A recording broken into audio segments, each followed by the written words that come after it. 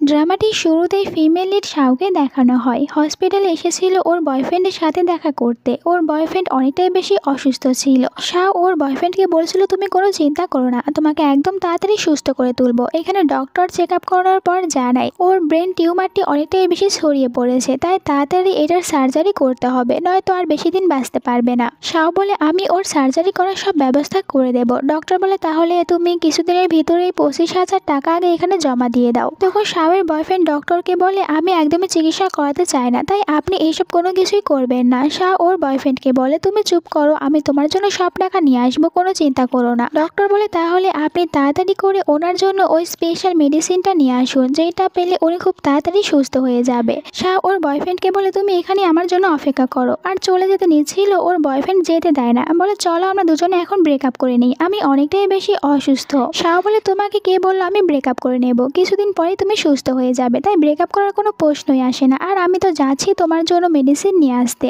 জিন বলে তুমি ভালোবাসার জন্য আমার থেকেও ভালো ছেলে পাবে, তাই আমার সাথে ব্রেকআপ করে নাও। এখানে শাও ওকে বলে আমি একদমই তোমার সাথে ব্রেকআপ করব না, আমি এক্ষুনি যাচ্ছি। এরপর এখান থেকে চলে গিয়েছিল। আর শাও চলে যাওয়ার পর ভিতরে তখন চলে আসে এখানে জিনের দুজন ফ্রেন্ড। আর আমরা জানতে পারি এখানে তো জিন এইসব কিছু নাটক করছিল, ওর কোনো রোগী হয়নি। জিনের ফ্রেন্ড বলে তুই তো অনেক ভালো অ্যাক্টিং করতে পারিস, আমিও তো তোকে দেখে মনে করেছিলাম তুই অসুস্থ, যাই হোক তুই কিন্তু মেয়েটিকে অনেক ভালোই বোকা বানাতে পারছিস। জিন বলে হ্যাঁ, ও অনেকটাই বেশি বোকা হয়েছে, আর আমি তো ওকে রেখে দিয়েছি শুধুমাত্র নিজে খেলার জন্য, আর দেখ আমার জন্য এখনো কত কি করছে, ও আমার জন্য অনেকটাই বেশি পাগল। অন্য একজন ফ্রেন্ড বলে তাহলে এখন আমরা বাইরে যাওয়ার পর দেখবো ও তোর জন্য কিরকম ভাবে টাকা জোগাড় করছে, তাহলে আমরা ওর সাথে একটু মজাও নিতে পারবো। আর আমরা বাইরে দেখতে পাই শাওকে, এখানে ও তখন সবার কাছে কার্ড বিক্রি করছিল। তখনই ফ্রেন্ডরা এখানে চলে আসে আর শাওকে বলছিল তুমি এরকম ভাবে কতক্ষণে মানুষদের কাছে কার্ড বিক্রি করবে, এর থেকে ভালো আমাদের সাথে চলো, আমরাও মজা করি আর তোমাকেও টাকা দেবো। শাও ওদেরকে মানা করে আমার প্রথমে একটি বয়ফ্রেন্ড রয়েছে, তাই আমার কাছ থেকে দূরে থাকো, আর তোমাদের টাকার আমার প্রয়োজন নেই। জিনের ফ্রেন্ড বলে আচ্ছা তোমার বয়ফ্রেন্ড রয়েছে, তাহলে এটা বলো তোমার বয়ফ্রেন্ড কত টাকা ইনকাম করে, এর থেকে ভালো আমাদের সাথেই চলো, একদিনের জন্যই আমরা তোমাকে 10,000 দেবো। জিয়া বলছিল আমার হাত ছেড়ে দাও, আমি এখান থেকে চলে যাব। তখন জিয়ার কাছ থেকে ওই স্পেশাল মেডিসিনটা পড়ে গিয়েছিল, যেটা আবার ওর সব ফ্রেন্ডরা নিয়ে নেয়, আর ওটা একদমই জিয়াকে দিচ্ছিল না, ওটা নিয়ে খেলতে শুরু করে। জিয়া বলছিল এটা আমাকে ফিরিয়ে দাও, এটা আমার বয়ফ্রেন্ডের প্রয়োজন রয়েছে। জিনের ফ্রেন্ড বলে তাহলে তুমি এখানে সবার সামনে হাঁটু গেড়ে বসে এটা চাইতে থাকো, আমি দিয়ে দেবো। অন্য আরেকজন ফ্রেন্ড বলে অনেক তো নাটক করলে এখন বন্ধ কর, আর চল আমরা এখান থেকে চলে যাই, মেয়েটি সত্যি জিনের জন্য অনেক বেশি কষ্ট করছে। আর এদিকে শাও তখন সবার সামনে হাঁটু গেড়ে বসে ওই মেডিসিনটি চাইতে থাকে। ওরা তখন মেডিসিনটি দিয়ে দিয়েছিল আর এই সব কিছুর ভিডিও করে এখান থেকে চলে যায়। শাও তখন ওখানে একটি কার্ড পড়ে থাকতে দেখে, আর ওই কার্ডে লেখা ছিল কেউ যদি নিজের কিডনি বিক্রি করতে চায় তাহলে যেন এই ঠিকানায় চলে আসে। শাও এটা দেখতে পেয়ে অনেক খুশি হয়ে যায় আর নিজের একটি কিডনি বিক্রি করতে চাচ্ছিল। একটু পরে আবার হসপিটালে চলে এসেছিল ওর বয়ফ্রেন্ডকে দেখার জন্য। এখানে জিন তখন ফোনে কারোর সাথে কথা বলছিল, ও বলছিল যে আমার কোনো কিছুই হয়নি, আমি তো শুধুমাত্র এখানে নাটক করছি। শাও জিনের কাছে আসে আর জিনকে বলে আমি জানি তুমি এইসব কিছু ফোনে মিথ্যে কথা বলছো, তুমি চাও না যে আমি তোমার জন্য কষ্ট করে টাকা নিয়ে আসি, তাই ওদেরকে মিথ্যে কথা বলছো, কিন্তু এমন করার দরকার নেই, আমি তোমার জন্য টাকা অবশ্যই নিয়ে আসবো আর তোমার অপারেশন করাবো। তখনই ওর পেটে ব্যথা করতে শুরু করছিল। জিন জিজ্ঞাসা করে তোমার কি হয়েছে, ও বলে সেরকম কোনো কিছুই হয়নি। জিনকে এটা বলে কষ্ট দিতে চাচ্ছিল না, ও জিনের জন্য নিজের একটি কিডনি বিক্রি করেছে। আর জিনকে বলে তুমি থাকো, আমি তোমার জন্য খাবার নিয়ে আসছি, এইটা বলে চলে গিয়েছিল। জিন তখন আবারও একজনের সাথে কথা বলতে শুরু করে, ওকে বলছিল আজকে তোমার বার্থডে, তাই আমি তোমাকে আজকে সারপ্রাইজ দেবো, তাও আবার তোমার ওই সব থেকে বেশি পছন্দের জায়গায়। রাতে আমরা শাওকে দেখতে পাই বাড়ি এসেছিল জব করার জন্য। এখানে ওর ফ্রেন্ড চলে আসে, ওর ফ্রেন্ডের নাম ছিল লিন। লিন বলে তুমি এখানে জব করতে এসেছো তোমার ওই বয়ফ্রেন্ডের চিকিৎসার টাকা জোগাড় করার জন্য। শাও বলে হ্যাঁ, এখন আমাকে এইসব কিছু করতে হচ্ছে, কিন্তু পরে সব কিছু ঠিক হয়ে যাবে। লিন বলে আমি তো এটাও জানতে পেরেছি তুমি তোমার একটি কিডনি বিক্রি করে দিয়েছো, এখন তো তোমার শরীরটা ভালো নেই, কিন্তু এবারও যখন তুমি জব করতে এসেছো তাহলে আজকে এখানে যে প্রাইভেট রুমে একটি পার্টি হচ্ছে ওখানে যাও, হতে পারে ওখানে গেলে তোমাকে ওরা অনেকটা বেশি টাকা দিতে পারে। এরপরে আমরা ওই প্রাইভেট রুমের সিন দেখতে পাই, যেখানে জিন ওর ফ্রেন্ডের সাথে ছিল, আর এখানে ওর একটি মেয়ে ফ্রেন্ড ছিল যাকে কিনা ও কিস করছিল। শাও নিজেও তখন এই রুমের ভিতরেই এসেছিল। ও যখন দেখতে পায় এখানে এইসব কিছু হচ্ছে আর ওই ছেলেটিকে কিছুটা জিনের মতন দেখাচ্ছে, তাই তো প্রথমে একদমই বিশ্বাস করছিল না, মনে করে এটা অন্য কোনো ছেলে হবে। আর শিওর হওয়ার জন্য ও তখনই জিনকে ফোন করেছিল। এখানে জিন তখন ওর সব ফ্রেন্ডদেরকে চুপ থাকতে বলে, আর এখানে শাওয়ের ফোনটি রিসিভ করে ওর সাথে কথা বলতে শুরু করে, যেটা দেখে শাও তো অনেকটাই বেশি অবাক হয়ে গিয়েছিল। আর এখানে ওদের যে মেয়ে ফ্রেন্ড ছিল ওর নাম ছিল জ্যান। এখানে বলতে থাকে তুমি কি ওই মেয়েটিকে লাইক করতে শুরু করেছো? আর ওই মেয়েটি তো তোমার জন্য অনেক কিছুই করছে। জিন বলে তোমরা কি বোকা? এটা কেন মনে করো? ও তো শুধুমাত্র আমার জন্য একটি খেলার জিনিস। জ্যান বলে হতে পারে এটা তোমার জন্য খেলার জিনিস, কিন্তু দেখো ওই মেয়েটি তোমাকে কত বেশি লাইক করে। আমার তো ভয় হচ্ছে তুমিও না আবার ওকে লাইক করে ফেলো। এখন একটি ফ্ল্যাশব্যাক দেখানো হয় যেখানে আমরা দেখতে পাই জিনকে। ও তো রোডের পাশে বসেছিল, ওর কাছে শাও এসেছিল। বলতে থাকে তোমাকে কি আমি কোনো রকম ভাবে সাহায্য করতে পারবো? জিন বলে আমি 2 দিন ধরে কোনো কিছু খাইনি, তাই অনেক বেশি ক্ষুধা লেগেছে। শাও বলে ঠিক আছে তোমার বাড়ির অ্যাড্রেস বলো, আমি তোমাকে ওখানে নিয়ে যাচ্ছি। জিন বলে আমার কাছে তো থাকার মতন কোনো বাড়িও নেই, তুমি কি তোমার বাড়িতে আমাকে নিয়ে যেতে পারবে? শাও বলেছিল ঠিক আছে, প্রথমে আমি তোমাকে খাবার খাওয়ানোর জন্য নিয়ে যাব, আর এরপরে আমি নিজে আমার বাড়িতে তোমাকে নিয়ে যাব। আর এখন শাও সত্যিটা জানতে পেরে অনেক বেশি কষ্ট পেয়েছিল যে জিন শুধুমাত্র তার সাথে এতদিন খেলা করছিল। জ্যান বলে আমি আর জিন বাজি ধরেছিলাম যে জিন ওই মেয়েটিকে 1 মাসের ভিতরে নিজের জালে ফাঁসাতে পারে কিনা, কিন্তু দেখো ওই মেয়েটি তো 15 দিনের ভিতরে এখানে মেয়েটিকে ওর নিজের জালে ফাঁসাতে পেরেছে। মেয়েটি তাহলে ভাবো কত বেশি বোকা। এখানে ওর ফ্রেন্ডরা বলছিল কিন্তু মেয়েটি মনে হয় তোকে সত্যি অনেক বেশি লাইক করে। জিন বলে হ্যাঁ এটা আমি ভালো করে জানি, ওকে দেখেই বুঝতে পেরেছি। এরপরে ওর ফ্রেন্ডরা ওই ভিডিও দেখতে শুরু করে যেটা ওরা কিছুক্ষণ আগে আবার ভিডিও করে নিয়ে এসেছিল। এইসব কিছুতে এখানে সব অনেকটাই বেশি কষ্ট পাচ্ছিল। আর ওদের ফ্রেন্ডরা বলতে থাকে তুমি তো ওই মেয়ের সাথে অনেক বেশি এনজয় করেছো, এখন আমাদেরকে দাও আমরাও একটু এনজয় করি। জিন ওর ফ্রেন্ডের উপরে রেগে গিয়েছিল, বলে তোমরা কেন ওর সাথে মজা করতে যাবে? ও শুধুমাত্র আমার ওর সাথে যা ইচ্ছে তা করতে পারবো। আরেকজন ফ্রেন্ড তখন বলতে থাকে এখনো তো আমাদের জন্য এখানে কেউ কোনো কিছু নিয়ে আসলো না, আর একজন ওয়েটারকে ডাকছিল। শাও তখন ওর মুখে মাস্ক পরে ভিতরে চলে এসেছিল এদেরকে ড্রিঙ্ক দেওয়ার জন্য। এখানে জ্যান তখন বলতে থাকে আমাদের এখন খুব তাড়াতাড়ি বিয়ে করে নেওয়া উচিত, আমি তো তোমাকে অনেক বেশি ভালোবাসি, আর তোমার ওই মেয়েটির সামনে এরকম ভাবে অসুস্থ হওয়ার নাটক করতে বিরক্ত লাগছে না? এখন তো তুমি এইসব কিছু করা বন্ধ করো আর আমার কাছে চলে আসো। জিন বলে আমি খুব তাড়াতাড়ি এইসব কিছু বন্ধ করব, আর ওর সাথে খেলে আমি অনেক বেশি মজাই পাচ্ছি।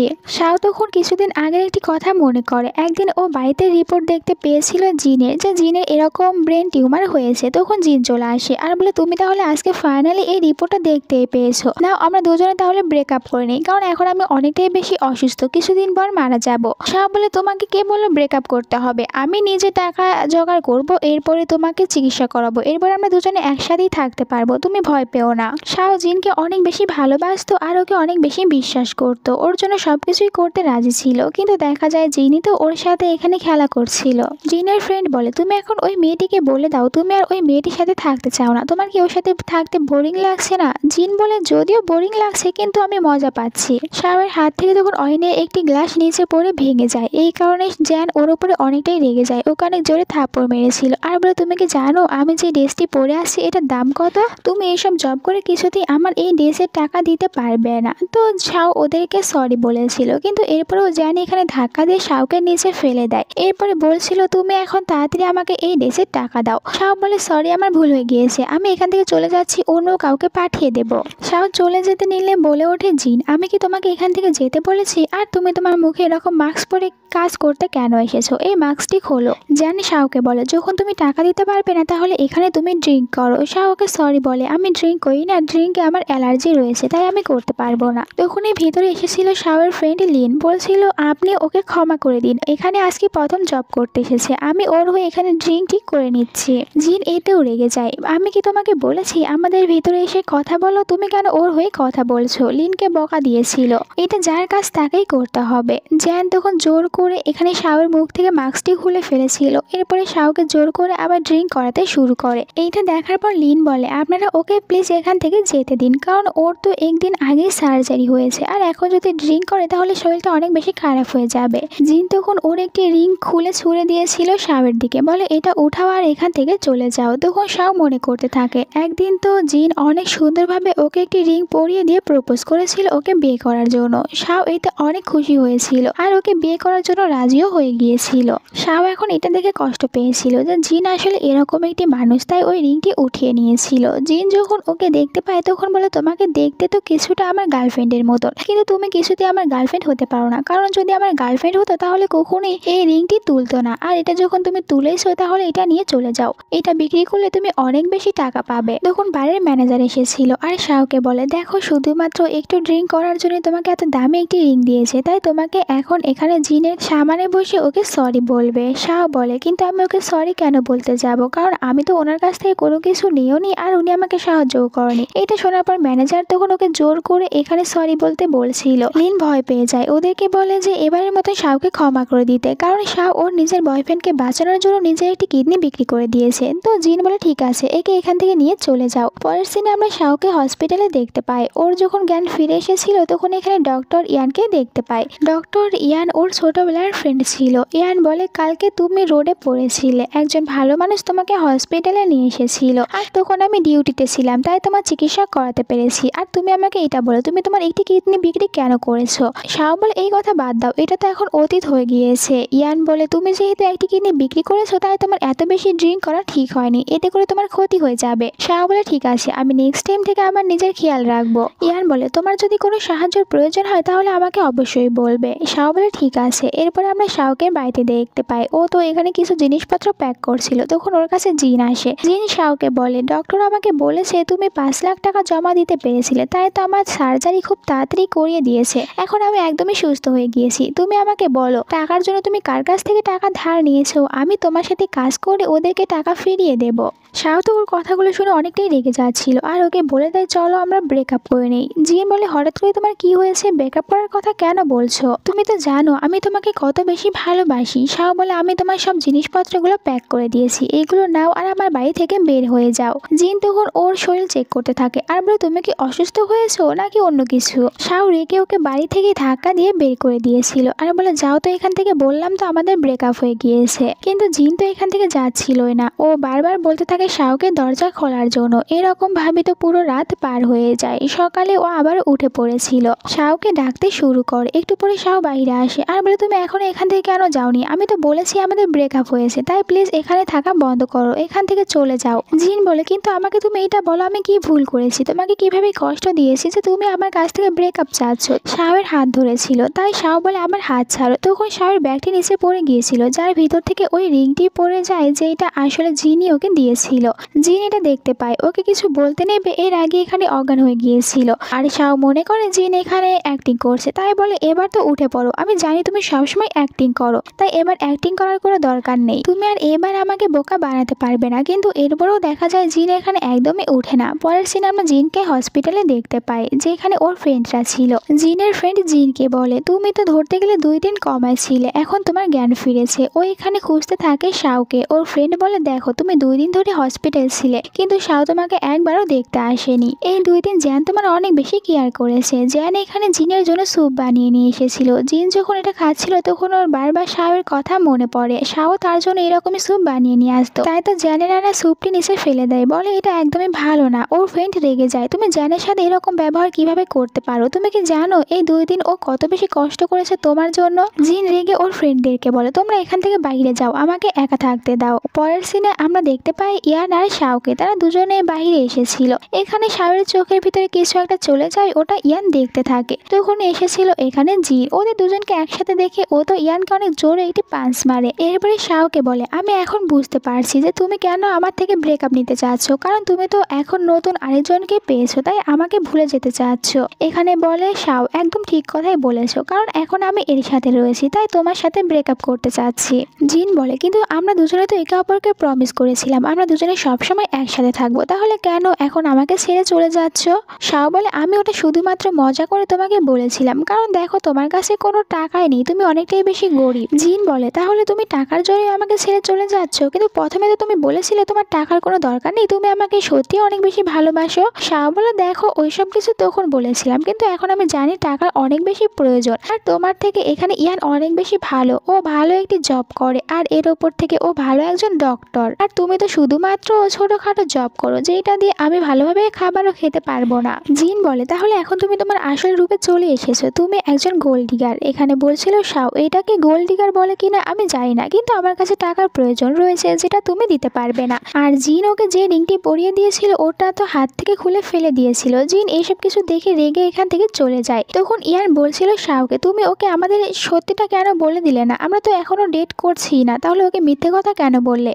শাহ বলে আমি আর জিন আমরা দুজনে সম্পূর্ণ আলাদা, তাই সময় হয়ে গিয়েছে আমাদের এই সম্পর্কটি ভেঙে ফেলার। এর পরের সিনে এরা দুজনে একদিন ঘুরতে বের হয়েছিল। এখানে শাহ বলছিল ইয়ানকে, আমি এখন তোমাকে অনেকটাই বেশি বিরক্ত করছি। ইয়ান বলে, তোমার কি মনে আছে ছোটবেলায় যখন আমার মা বাড়িতে থাকতো না, তখন আমি তোমাদের বাড়িতে চলে যেতাম আর ওখানে গিয়েই খাবার খেতাম, তখন তো তুমি কিছুই বলনি। তাই এখন আমার সময় এসেছে তোমাকে সাহায্য করার, তাই আমি একদমই বিরক্ত হচ্ছি না। তখনই হঠাৎ করে একটি কার এসে এদের দুজনকে ধাক্কা দিতে নিচ্ছিল, এতে করে সে অনেকটাই বেশি ভয় পেয়ে যায়। ইয়ান ওই মেয়েটিকে বলে, তুমি কিরকম ভাবে কার চালাও, লোকদেরকে দেখতে পাও না? এই মেয়েটি আসলে জিনের ফিয়ন্সি ছিল। মেয়েটি বলে, আমি তো কার ভালো করে চালাচ্ছিলাম, তোমরা ভালোভাবে হাঁটতে পারো না, আর তোমাদের দুজনের কারণে আমার এই দামি কারটি একটু নষ্ট হয়ে গিয়েছে, তাই এখন তোমাদের উচিত আমাকে টাকা দেওয়া। আমি বেশি টাকা নেব না, শুধুমাত্র 10 লাখ দাও, আমি চলে যাব। ইয়ান বলে, তোমার কারণে আমরা দুজনে আঘাত পেতে নিচ্ছিলাম, তাই তোমার তো আমাদের টাকা দেওয়া উচিত, তা না করে উল্টো তুমি আমাদের কাছ থেকে টাকা চাচ্ছ। মেয়েটি বলে, তুমি কিন্তু আমাকে একদমই চেনো না, আমি কার ফিয়ন্সি, দাঁড়াও আমি এখানে আমার হাজবেন্ডকে আসতে বলছি। আর ও ফোন করেছিল জিনের কাছে। একটু পরে এখানে জিন চলে আসে, ও জিনকে দেখার পর বলতে থাকে, দেখো না এদের কারণে আমার এই দামি কারটি নষ্ট হয়ে গিয়েছে। শাও বলে, তাহলে এখানে এই কাহিনী, তুমি ওর ফিয়ন্সি? বলছিল জিন, দাঁড়াও আমাকে এক্সপ্লেন করে বলার সময়টুকু দাও। শাও বলে, তুমি কি এক্সপ্লেন করবে, আমি সবকিছুই জানি, তুমি 3 বছর ধরে আমার সাথে ছিলে কিন্তু গরিব হওয়ার অ্যাক্টিং করতে, এখন তো তুমি এটাও বলবে তুমি জিন ফ্যামিলির ইয়াং মাস্টার না? এটাও আমি মিথ্যে কথাই বলছি। মেয়েটি জিনকে বলে, তুমি এদেরকে পানিশমেন্ট কেন দিচ্ছ না, এদের কারণে আমার দামি কারটি নষ্ট হয়ে গিয়েছে। ইয়ান বলে, তোমাদের দুজনের যা বলার ইচ্ছা আমাকে বলো, কিন্তু এর ভিতরে একদমই তোমরা শাওকে নিয়ে আসবে না। শাও বলে, এটা তোমার ম্যাটার না, তাই আমাকে দেখতে দাও, আমি এদের দুজনের সাথে কথা বলছি। ইয়ান বলে, কিন্তু আমি তোমাকে একা রেখে যাব না। দুজনের এইসব কিছু দেখে জিন তখন হাততালি দিতে থাকে আর বলে, তাহলে এই ব্যাপার, তুমি তো দেখছি তোমার বয়ফ্রেন্ডের জন্য সবকিছুই করতে রাজি আছো। শাও বলে, হ্যাঁ আমি আমার বয়ফ্রেন্ডের জন্য সবকিছুই করতে পারবো। জিন বলে, ঠিক আছে, তুমি যদি তোমার বয়ফ্রেন্ডকে বাঁচাতে চাও তাহলে আবার সামনে এখানে হাঁটু কেড়ে বসে আমার কাছ থেকে ক্ষমা চাইতে শুরু করে। শাও বলে, ঠিক আছে, আমি আমার বয়ফ্রেন্ডের জন্য এইটুকু করতেই পারবো। আর ওর নিজের হাঁটু কেড়ে বসতে চাচ্ছিল, তখন বলতে থাকে জিন, তুমি তো দেখছি তোমার বয়ফ্রেন্ডের জন্য নিজের আত্মসম্মানটুকুও নষ্ট করে দিচ্ছ। আমার তো মনে হয় তোমরা দুজনে একসাথে অনেকটাই বেশি হ্যাপি রয়েছো। শাও বলে, এরকমই। মেয়েটি তখন জিনকে বলে, চলো আমরা দুজনে তাহলে একসাথে আমাদের ওয়েডিং ড্রেসগুলো কিনতে যাই, কিন্তু জিন তো ওকে মানা করে দিয়েছিল আর এখান থেকে চলে যায়। পরের সিনে আমরা শাওকে দেখতে পাই, একটি রেস্টুরেন্টে এসেছিল পার্ট টাইম জব করার জন্য, আর তখনই এই রেস্টুরেন্টে চলে আসে জিন। জিনকে দেখার পর শাও এখানে ওর ম্যানেজারকে বলছিল, আজকে আমার কিছু গুরুত্বপূর্ণ কাজ রয়েছে, তাই এখান থেকে আমি যেতে চাই। ম্যানেজার বলে, ঠিক আছে, তুমি চাইলে যেতে পারো। জিন তখন ম্যানেজারকে একটি চেক বের করে দেয় আর বলছিল, আমি আপনার এই পুরো রেস্টুরেন্টটি কিনে নিয়েছি, আমি আপনাকে অনেক বেশি টাকা দেব, কিন্তু এর বদলে এই মেয়েটিকে সবসময় আমার কাছেই থাকতে দিতে হবে। তো শাও বলে, তুমি এমনটি কেন করছো, আমি তোমার সাথে একদমই থাকবো না। জিন বলে, আমি তো তোমার জন্য এই পুরো রেস্টুরেন্টটি কিনে দিয়েছি যাতে করে তোমাকে এখানে বেশি কষ্ট করতে না হয়। শাও বলে, আমার এইসব কোনো কিছুরই দরকার নেই। ও চলে যেতে নিচ্ছিল, জিন ওর হাতটি ধরে নেয়, বলছিল শাওকে, তোমার তো টাকার অনেক বেশি দরকার, তাহলে আমি তোমাকে টাকা দেবো, আমার সাথে চলো। এরপরে জোর করে ও শাওকে নিজের বাড়িতেই নিয়ে এসেছিল আর শাওকে বলছিল, আজ থেকে তুমি এখানেই থাকবে। শাও বলে, তোমার ফিয়ন্সি রয়েছে, তাহলে আমি এখানে কেন থাকবো, আমি এখানে একদমই থাকবো না, আর আমার টাকারও কোনো দরকার নেই। জিন বলে, আমি এটা দেখতে চাই না আমার ফিয়ন্সি আছে কি না নেই, কিন্তু আমার খেলা এখনো শেষ হয়নি, তাই তুমি এখান থেকে যেতে পারবে না। শাও বলে, তুমি তোমার ফিয়ন্সিকে এখানে রেখে দাও, তাহলে দেখবে সবকিছু ঠিক হয়ে যাবে, আর আমাকে এখান থেকে যেতে দাও। জিন বলে, তুমি একদমই যেতে পারবে না, তোমার তো টাকা অনেক ভালো লাগে, তাহলে আমি তো তোমাকে টাকা দিচ্ছি, আমার সাথে থাকো, আমি তোমাকে একটি ভালো লাইফ দেব, এখানে তোমার টাকার কোনো অভাব হবে না, তাহলে কেন থাকতে চাচ্ছ না, আমার সাথেই থাকো। বলতে থাকে শাও, তার মানে তুমি আমাকে তোমার মিস্টেস বানিয়ে রাখতে চাচ্ছ। জিন বলে, তোমার যা মনে করার মনে করতে পারো, কিন্তু তুমি আমার সাথেই থাকবে, আমাকে ছেড়ে যেতে পারবে না। শাও বলে, ভাই তোমার সাথে কিছুতে এরকম ভাবে থাকতে পারবো না। ও চলে যেতে নিচ্ছিল, জিন আবার ওকে বলে, আমি তো তোমাকে সবকিছুই দিচ্ছি, তাহলে কেন তুমি থাকতে চাচ্ছ না। শাও এবার ওর উপরে অনেকটাই রেগে গিয়েছিল, তাই ওকে একটি থাপ্পড় মেরে দেয়। তখনই আবার জিনের ফিয়ন্সি এসেছিল, ওদের দুজনকে একসাথে দেখে, তাই বলে, তোমরা দুজনে একসাথে এখানে কি করছো। শাও কোনো কিছু না বলে এখান থেকে চলে যায়, আর জিনও ওকে বকা দিচ্ছিল যে তুমি এখানে কেন এসেছো, এখান থেকে চলে যাও।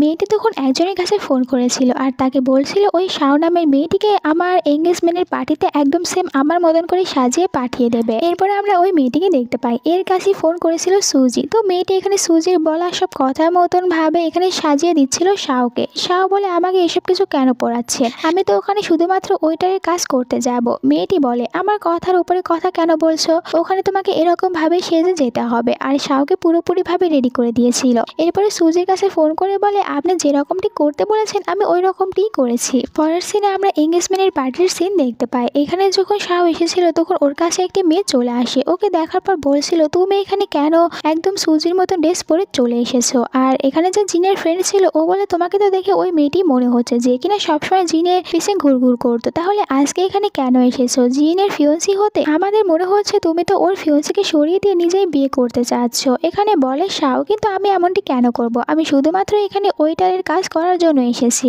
সুজি এসে বলে তুমি কি এখানে কোনো ওয়েটারকে দেখতে পারছো যে কিনা তোমার মতন এত সুন্দর ড্রেস পরে এসেছে? তুমি তো এখানে আমাকে কপি করছো।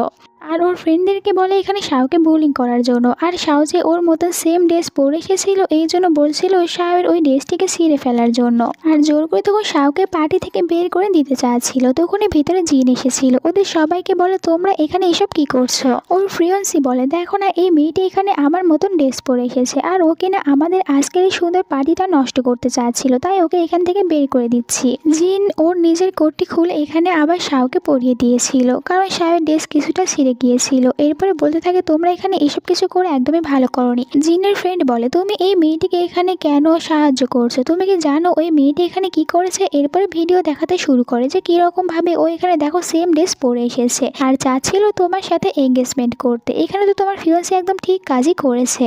শাও বলে আমি এখানে শুধুমাত্র একজন ওয়েটারের জব করতে এসেছি। জিন এই ভিডিও দেখার পর অনেকটাই রেগে গিয়েছিল, তাই সবাইকে এখান থেকে চলে যেতে বলে। এরপরে বলছিল শাওকে তুমি কি ঠিক আছো? শাও বলে তুমি আমাকে একদমই টাচ করবে না, কারণ আমি চাই না যে তুমি আমাকে টাচ করার পর তোমার ফিয়ন্সি আবার অন্য কিছু ভেবে নিক। জিনের ফিয়ন্সি বলে এখানে ভুল বোঝার কি রয়েছে? আমি তো দেখতেই পারছি তুমি আমার মতনই ড্রেস এখানে পরে চলে এসেছো, এর মানে তো তুমি জিনকে বিয়ে করতে চাচ্ছ। ওর কথাগুলো শুনে জিন অনেক রেগে গিয়েছিল, ওকে অনেক জোরে থাপ্পড় মারে। জিনের ছেলের ফ্রেন্ড বলে তুই কেন শুধু শুধু তোর এই সুন্দর পার্টিটা নষ্ট করছিস, তাও আবার ওইটার মেয়েটির জন্য। জিন রেগে বলে তোমরা কেউ এখানে একে কোনো কিছুই বলবে না, এ শুধুমাত্র আমার। ওর ফিয়ন্সি বলে তুমি এখন এসব কিছু কেন বলছো? তুমি তো আমাকে বিয়ে করতে চাচ্ছিলে, আমরা দুজনে ছোটবেলা থেকে ভালো ফ্রেন্ড। ছোটবেলায় আমাকে বলেছিলে আমাকে বিয়ে করবে, তাহলে এখন কেন আমাকে বিয়ে করতে চাচ্ছ না? ওই মেয়েটির জন্য তুমি আমাকে অপমান করছো। জিন বলে তুমি হয়তো বা ভুলে গিয়েছো এইটা আমাদের ফ্যামিলি ঠিক করেছে, আমি কখনোই তোমাকে ভালোবাসিনি। আর এখানে বলতে থাকে শাও এইটা তোমাদের ফ্যামিলি ম্যাটার, তাই আমাকে এখান থেকে যেতে দাও। ও চলে যেতে নিচ্ছিল কিন্তু জিন ওকে যেতে দেয় না।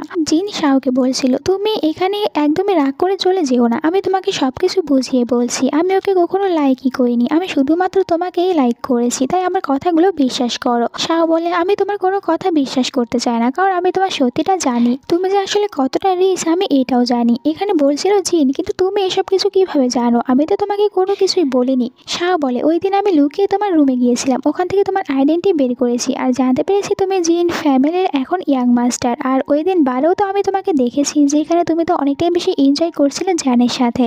জিন অনেকটাই অবাক হয়, বলে তাহলে ওই দিন যে ওয়েটারটি এসেছিল ওটা তুমিই ছিলে? শাও বলে হ্যাঁ ওইটা আমিই ছিলাম, আমি ওখানে ওই দিন জব করতে গিয়েছিলাম, ভালো হয়েছিল আমি ওই দিন ওখানে গিয়েছিলাম, নয়তো কখনো তোমাকে চিনতেই পারতাম না। জিন বলে তুমি একবার আমার কথা বিশ্বাস করো, আর ওই দিন আমি বারে যা কিছু বলেছিলাম ওই সব কিছু আমি মন থেকে বলিনি। শাও বলে ওই দিন তুমি যা কিছু বলেছিলে ওই সব কিছু সত্যি কথাই বলেছিলে, তুমি তো 3 বছর ধরে শুধুমাত্র আমার সাথে খেলে যাচ্ছিলে আর আমি বোকার মতো সব কিছু বিশ্বাস করতাম, আমার এইসব কিছু বিশ্বাস করা একদমই উচিত হয়নি।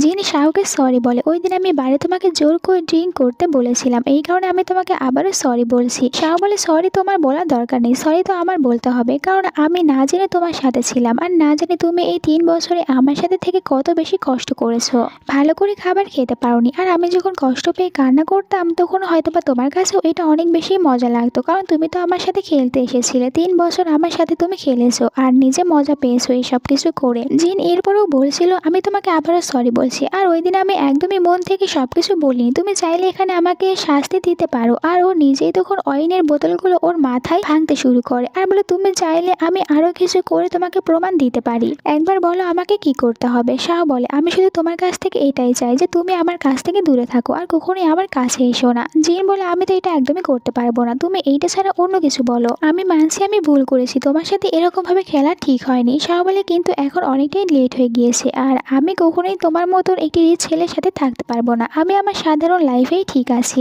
তখনই শাওয়ের হঠাৎ করে পেটে অনেক বেশি ব্যথা করতে শুরু করে, এটা দেখার পর লিন অনেক বেশি ভয় পেয়ে যায়, জিজ্ঞাসা করছিল তোমার হঠাৎ করে কি হয়েছে, তুমি তো একটু আগেই ঠিক ছিলে। তখন পার্টিতে ইয়ান এসেছিল, ও শাওকে কোলে উঠিয়ে নেয়, এখান থেকে শাওকে নিয়ে চলে যাচ্ছিল। শাও বলতে থাকে আমাকে এখান থেকে নিয়ে যাও, আমি কিছুতেই থাকতে চাই না জিনের কাছে। ইয়ান বলে তুমি কোনো চিন্তা করো না, তোমাকে আর কখনো জিনের কাছে থাকতে হবে না, আমি এখন থেকে তোমাকে জিনের কাছ থেকে দূরে রাখবো। আর যখন ওকে নিয়ে যেতে নিচ্ছিল তখন জিন বলে ওঠে ওঠে, তোমার সাহস কিভাবে হয়? তুমি আমার পার্সনকে আমাকে না বলে এখান থেকে নিয়ে চলে যাচ্ছ।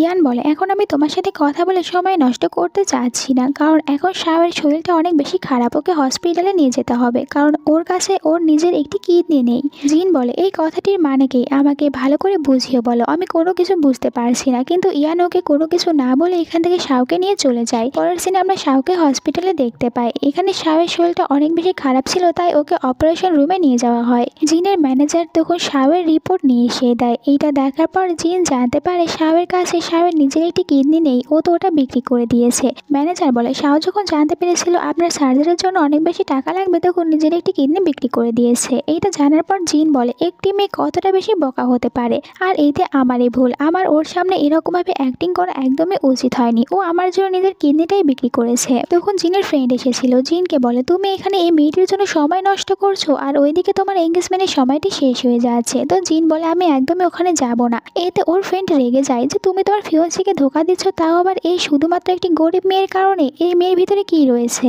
শাও বলে, এই মেয়েটি আমাকে সুস্থ করার জন্য ওর নিজের একটি কিডনি বিক্রি করে দিয়েছে, তাহলে আমি এখন ওকে কিভাবে ছেড়ে চলে যেতে পারি? আমি কিছুতেই ওকে ছেড়ে কোথাও যাব না। আমি শাওয়ের সাথে অনেক বড় একটি অন্যায় করেছি, আমার জন্য আজ শাওয়ের এরকম অবস্থা হয়েছে। তখনই ডক্টর বাইরে এসেছিল আর বলতে থাকে, শাও তো প্রথমে একটি কিডনি বিক্রি করে দিয়েছে, এখন ওর কাছে যে তৃতীয় কিডনি রয়েছে ওটাও নষ্ট হয়ে যাচ্ছে, তাই আমাদের তাড়াতাড়ি শাওকে কোনো নতুন কিডনি দিতে হবে, নাহলে আমরা শাওকে বাঁচাতে পারবো না। জিনিটা জানার পর অনেকটাই বেশি কষ্ট পেয়েছিল আর বলতে থাকে, এই সবকিছু আমার কারণে হয়েছে, তাই আমাকে বলো কি করতে হবে, আমি শাওর জন্য সবকিছু করতে রাজি আছি। ইয়ান তো রেগে জিনের কলার ধরে বলে, তুমি পারলে এটাই করো যে তুমি শাওয়ের কাছ থেকে দূরে থাকো, আমি কখনই আর তোমাকে শাওয়ের কাছে যেতে দেব না।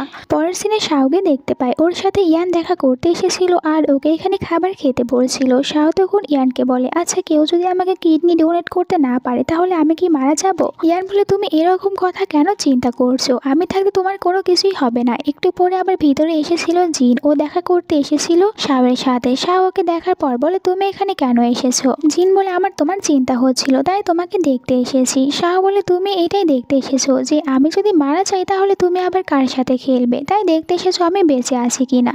জিন বলে, এরকম কোনো কিছুই না, আমি আমার নিজের ভুলটা বুঝতে পেরেছি, আমার ওই রকম ভাবে ওই দিন বারে ওই কথাগুলো বলা উচিত হয়নি, আমি এই জন্য তোমাকে বারবার সরি বলছি। শাহ বলে, বুঝতে পেরেছি, তুমি আবার নতুন কোনো গেম এখানে খেলতে চাচ্ছ, কিন্তু আমি আর একদমই তোমার সাথে গেম খেলবো না, বলছিল জিন। আমি কোনো গেম খেলতে আসিনি। শাহ বলে, আমার ওই দিন তোমাকে এই রাস্তা থেকে সাহায্য করা একদমই উচিত হয়নি, যদি আমি দ্বিতীয়বার আবারও ওই রকম একটি জায়গায় যেতে পারি তাহলে কখনোই আর তোমাকে সাহায্য করব না। তখনই ভিতরে ইয়ান এসেছিল, এখানে জিনকে দেখে অনেকটাই রেগে যায়, ওকে বলতে থাকে, তুমি আবার এখানে কেন এসেছো? জিন বলে, আমি শাওয়ের হেল্প করতে এসেছি, আমি এখানকার সব বড় বড় হসপিটালে বলে দিয়েছি যাতে করে শাওয়ের কিডনি আমরা খুব তাড়াতাড়ি পেতে পারি আর ওকে তাড়াতাড়ি সুস্থ করতে পারি। শাও বলে, আমার তোমার হেল্পের কোনো দরকার নেই, তাই তুমি এখান থেকে যেতে পারো, আমি আর কখনোই তোমাকে দেখতে চাই না। তোমাদের মতন বড়লোক ছেলেরা শুধুমাত্র আমাদের মতন ইনোসেন্ট মেয়েদের সাথে গেম খেলে, তাই আমি আর এখন একদমই এইসব গেম খেলতে চাই না। পরের সিনে জিনকে দেখানো হয়, এখানে ওর ফিয়ন্সি আর ফিয়ন্সির ওই দুই ফ্রেন্ডকে ধরে নিয়ে এসেছিল। এরপরে ওর ফিয়ন্সির দুই ফ্রেন্ডকে বলতে থাকে, ওই দিন পার্টিতে তোমরা যেরকম ব্যবহার করেছিলে শাওয়ের সাথে, আজকে ওই সেম ব্যবহার এখানে তোমরা এই মেয়েটির সাথে করবে। তো ওরা তখন আবার দেখা যায় একে অনেকটাই বেশি বুলিং করে। মেয়েটি বলছিল, তুমি আমার সাথে এসব কিছু কেন করছো? তুমি কি দেখোনি ওই মেয়েটি ইচ্ছা করে ওই দিন আমার মতো সেজে ওখানে চলে এসেছিল? জিন বলে, মিথ্যে কথা বলা বন্ধ করো, আমি ওই ম্যানেজারের কাছ থেকে সবকিছু জানতে পেরেছি, তুমি ওকে ফোন দিয়ে বলেছিলে ওই সবকিছু করার জন্য যাতে করে তুমি ওই পার্টিতে ওই রকম ভাবে শাওকে অপমান করতে পারো। একটু পরে ওর ফ্রেন্ড চলে আসে আর বলছিল, একটি খারাপ খবর রয়েছে, আমরা কোথাও তো এখানে শাওয়ের জন্য কোনো ভালো কিডনি পাচ্ছি না, মনে হয় আমাদের সব আশা এখানেই শেষ হয়ে যাবে, আমরা আর শাওকে বাঁচাতে পারবো না। জিন বলে, এটা কিছুতেই হতে পারে না, তুমি এখন আমার কিডনিটা টেস্ট করাও। যা শোনার পর ওর ফ্রেন্ড অনেকটাই অবাক হয়ে যায়, বলছিল, তুমি কি পাগল হয়েছো? ওই মেয়েটির জন্য নিজের কিডনি এরকম ভাবে তুমি ওই মেয়েটিকে দেবে? জিনের ফিয়ন্সি তখন জিনকে বলতে থাকে, তুমি এখানে আমাকে শাস্তি দিচ্ছ, কিন্তু তুমি নিজে যে ওর সাথে অনেক বড় ভুল কাজ করেছো এটা একদমই ভাবছো না, তোমাকে কে শাস্তি দেবে? তুমি যদি ওর সাথে ওই রকম অসুস্থ হওয়ার নাটক না করতে তাহলে ও আর একদমই নিজের কিডনি বিক্রি করতো না, নিজের কিডনি বিক্রি করার কারণে আজকে ওর এরকম অবস্থা হয়েছে, তাহলে ভাবো তুমি কত বড় পাপ কাজ করেছো, তাহলে শুধু শুধু আমাকে কেন কষ্ট দিচ্ছ? জিন বলে, আমি আমার ভুল বুঝতে পেরেছি, তাই তো এখন আমি নিজের ভুলটা শুধরাতে চাচ্ছি। পরে আমরা হসপিটালের সিন দেখতে পাই, এখানে একজন ডক্টর ইয়ানকে বলছিল, আপনার কিডনিও এখানে শাওয়ের সাথে ম্যাচ করেনি। এটা জানার পর ইয়ান অনেকটাই আপসেট হয়ে যায়। তখনই এসেছিল জিন, বলছিল, তুমি কোনো চিন্তা করো না, কিডনির ব্যবস্থা হয়ে গিয়েছে, আমি আমার কিডনি দেব শাওকে, কারণ আমারটা ম্যাচ করেছে। কিন্তু তুমি এই কথাটি কিছুতেই শাওকে বলবে না, আমি চাই না শাও এই কথাটি জানতে পারুক। পরের সিনে আমরা দেখতে পাই যেখানে শাওকে অপারেশনের জন্য নিয়ে যাওয়া হচ্ছিল, আর ও যাওয়ার সময় বাইরে তখন এরকম একটি ড্রেসে দেখতে পাই জিনকে। জিন ওকে দেখার পর এখানে লুকিয়ে পড়েছিল। এরপর ইয়ান জিনের সাথে দেখা করে। জিন ইয়ানকে বলে, আমার যদি কোনো কিছু হয়ে যায় তাহলে তুমি সারা জীবনের জন্য এখানে শাওয়ের খেয়াল রেখো, আর ওকে খুশি করার জন্য বেশি কিছু দিতে হয় না, শুধুমাত্র ওর লাভার ওর সাথে থাকলেই চলবে। ইয়ান বলে, কিন্তু তুমি এখন এসব কথাগুলো কেন বলছো? জিন বলে, কারণ আমি আমার ভুল বুঝতে পেরেছি, আর এটাও বুঝতে পেরেছি আমি শাওয়ের জন্য একদমই পারফেক্ট না। এরপরে জিনকে নিয়ে চলে যাওয়া হয়েছিল। তখন শাওয়ের সাথে কাটানো সব সুন্দর সুন্দর মুহূর্তের কথাগুলো মনে করতে থাকে। এখানে ওর অনেক বেশি ব্লাড লস হয়েছিল, তাই এখানেই মারা যায়। পরের সিনে আমরা শাওকে ইয়ানের সাথে দেখতে পাই। শাওয়ের সার্জারি ভালোভাবে কমপ্লিট হয়েছিল। ইয়ান শাওকে বলে, কালকেই তুমি এখান থেকে চলে যেতে পারবে, তুমি এখন একদমই ঠিক আছো। জিনের ফ্রেন্ড তখন এখানে একটি ফ্লাওয়ার বুকে হাতে করে নিয়ে এসেছিল শাওয়ের কাছে, আর শাওকে সরি বলে, আমি তো আগে অনেকবারই তোমাকে চেষ্টা করেছিলাম অনেক রকমভাবে হার্ট করার, তাই ক্ষমা করে দিও। শাও ওকে বলে, দেখো আমার এখন পাস্টের কথা সেরকমভাবে মনে নেই, তাই তুমি জিনকে বলে দিও আমাদের দুজনের রাস্তা এখন সম্পূর্ণ আলাদা। জিনের ফ্রেন্ড বলে, এইটা জিন শুনতে পেরেছে। এরপর এখান থেকে চলে গিয়েছিল। শাও এখন সবকিছু ভুলে গিয়ে ইয়ানের সাথে থাকতে শুরু করে। আর এখানে আজকের এই ড্রামাটা শেষ হয়ে যায়। তোমাদের কাছে এটার এন্ডিং কেমন লেগেছে কমেন্ট করে জানিয়ে দিতে ভুলো না। আর তোমাদের মতে এই ড্রামার এন্ডিংটা কেমন হলে অনেক বেশি ভালো হতো তাও কমেন্ট করে জানিয়ে দিও। নেক্সট ভিডিও দেখার জন্য চ্যানেলটিকে সাবস্ক্রাইব করো। Bye bye.